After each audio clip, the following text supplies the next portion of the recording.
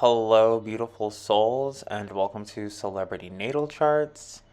Today, we are going to be looking at the natal chart of James Eugene Carey, or you might better know him as Jim Carey. Born January 17th, 1962, is a Canadian-American actor, comedian, and producer. Carey has received, four Golden Globe Award nominations, winning two, known for his highly energetic slapstick performances. He has been described as one of the biggest movie stars in Hollywood. Carey has agreed to reprise his role as Lloyd Christmas in Dumb and Dumber, to which was produced in late 2013 and is scheduled for November 2014 release. And it is January 2024 at the time of recording this, so that's like 10 years ago. Hopefully that came to fruition. I love Jim Carrey. I love Ace Ventura, Pet Detective, The Mask. He was born in Newmarket, Ontario, Canada, January 17th, 1962, 2:30 a.m. Birth time accuracy excellent, rising Scorpio. So in the Aquarius series, rising Scorpio, in the Pisces series, rising Scorpio was the first person that I chose. In the Aquarius series, it was the last person, and Capricorn, it is the first person again. 1962. So we're going to look at his chart in just a second, but I want to see 1962.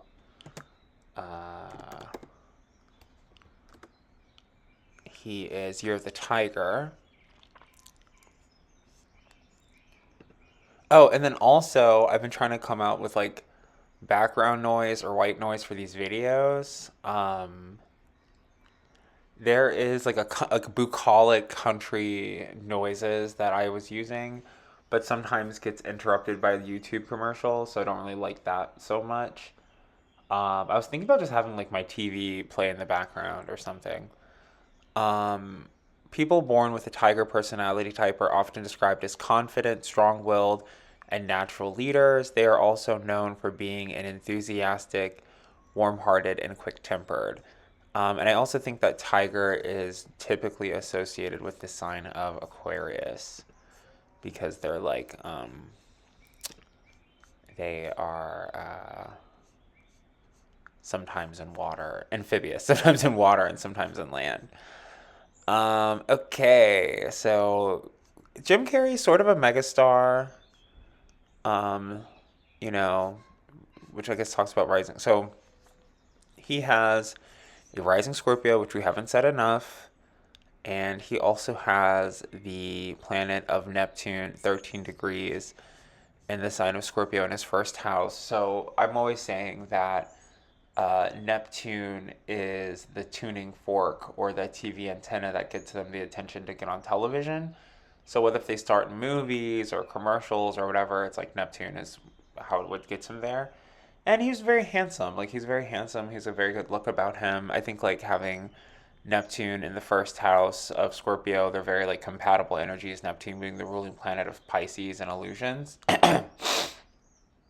But maybe he used to wear a lot of makeup, and a lot of the way that he looks is an illusion. I mean, like, the Grinch and the Mask, it's a lot of illusions and makeup put over his face. Second house in Sagittarius. So I don't know if he was ever on Star Search. I know he was on in Living Color, which he could have been like on Star Search or the Apollo Theater or something like that, which is a really good way for him to make money or like good financial resources. So, let's say right now he's trying to do a movie with somebody and they're asking him to audition. Maybe he has tape of him just like killing it at the Apollo, and that's a great resource for him. He has a Sun, Mars, and Venus in the sign of Capricorn, which says that like he acts like a Capricorn, he is attracted to Capricorns, he is a Capricorn, meaning that he likes business people. So he may not really be attracted to like other celebrities or supermodels or actresses. He might have more of a thing for like agents or people who wear suits and have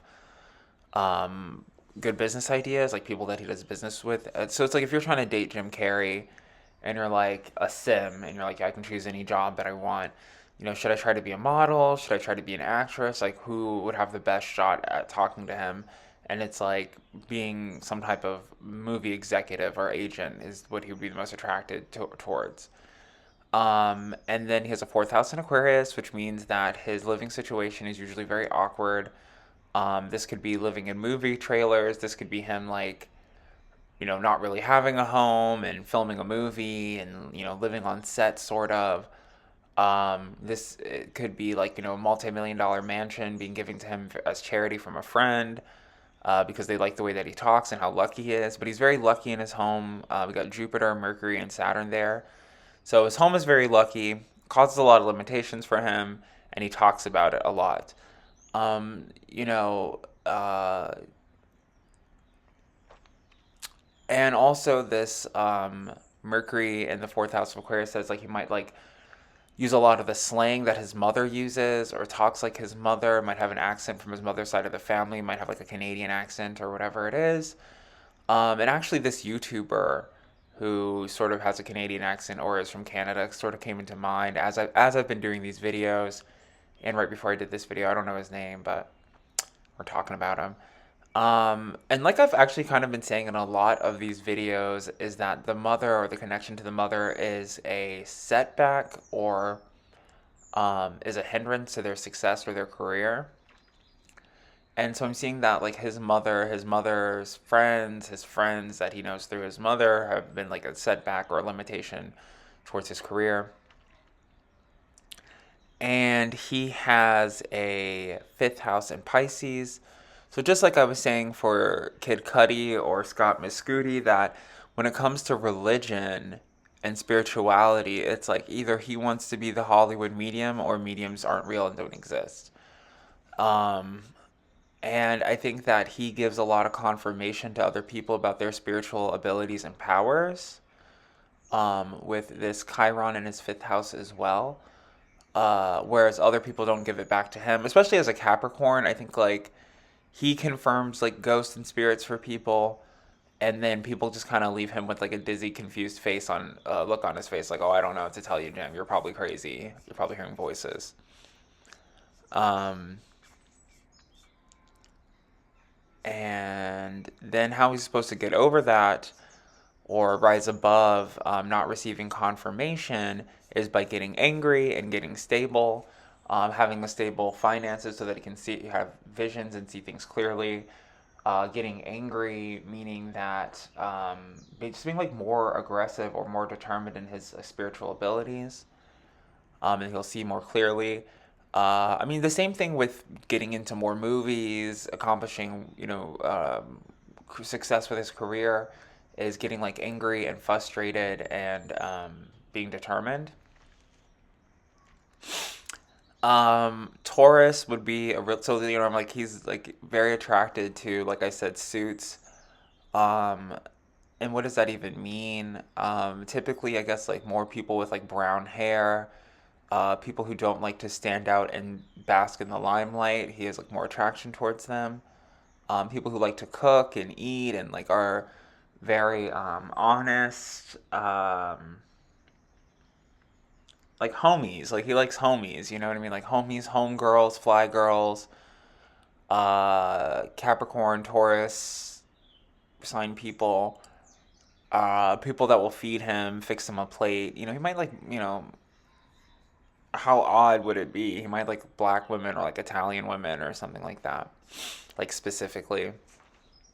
He's got the moon in Gemini in his eighth house. So he is into like horoscopes and astrology and the occult. And I think he jokes about the Illuminati and things like that. So he knows a lot more than he's giving off. But him having a rising Scorpio and then doing like jokes about the Illuminati makes a lot of sense because, like I said, like Scorpio is sort of like the Dale Gribble from King of the Hill sign, where he's like the paranoid, schizophrenic sort of energy, especially with all this Aquarius in his chart as well.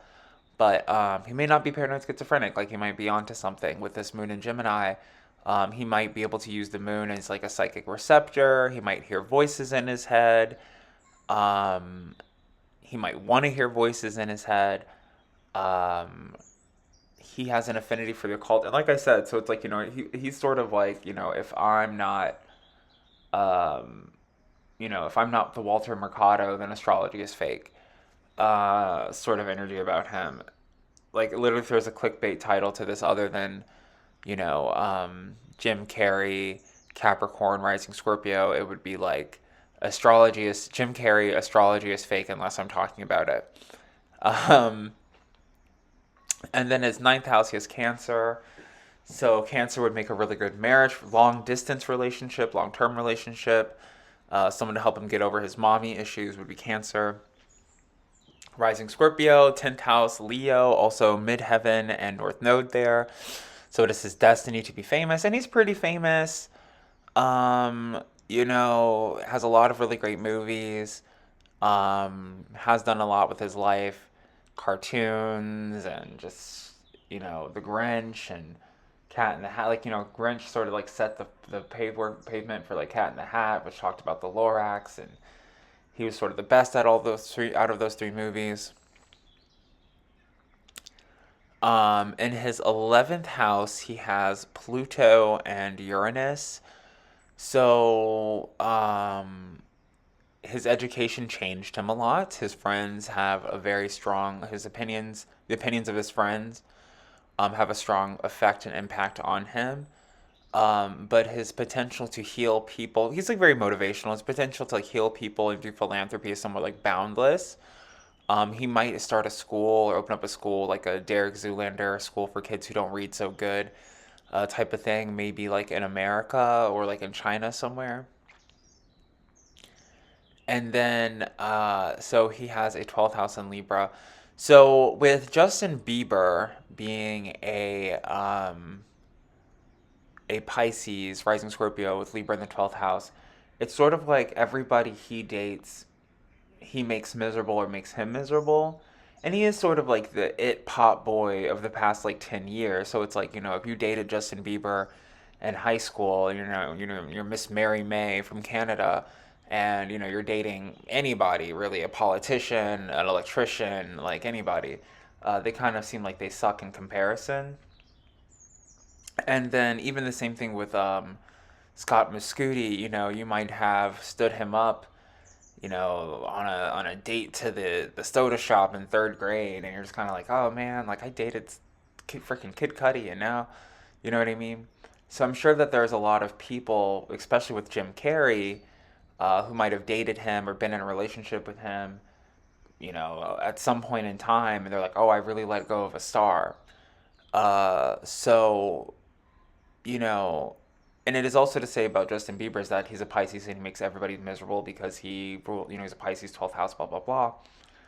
But then I feel like with Kid Cudi and Jim Carrey, there might be people like, he might feel like, oh, I wish I wasn't as successful, and then I could still be dating like Rebecca or Ramona or, Rolanda, some, woman he met back in New York somewhere.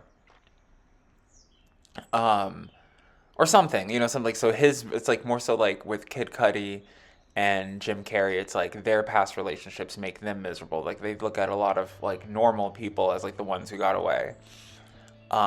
Whereas I still feel like Justin Bieber probably makes everybody else miserable. Or vice versa. I think it's probably a little bit of both, I'm sure. Um, but yeah, so that's been my analysis of um, Jim Carrey's natal chart. And I think we saw earlier he was born in the year of the tiger, so we covered that. Thank you so much for liking, sharing, subscribing, sharing this video with your favorite Capricorn rising Scorpio to see the similarities that they obviously have with Jim Carrey being devilishly handsome and wildly successful. And I will see you in my next video. Bye.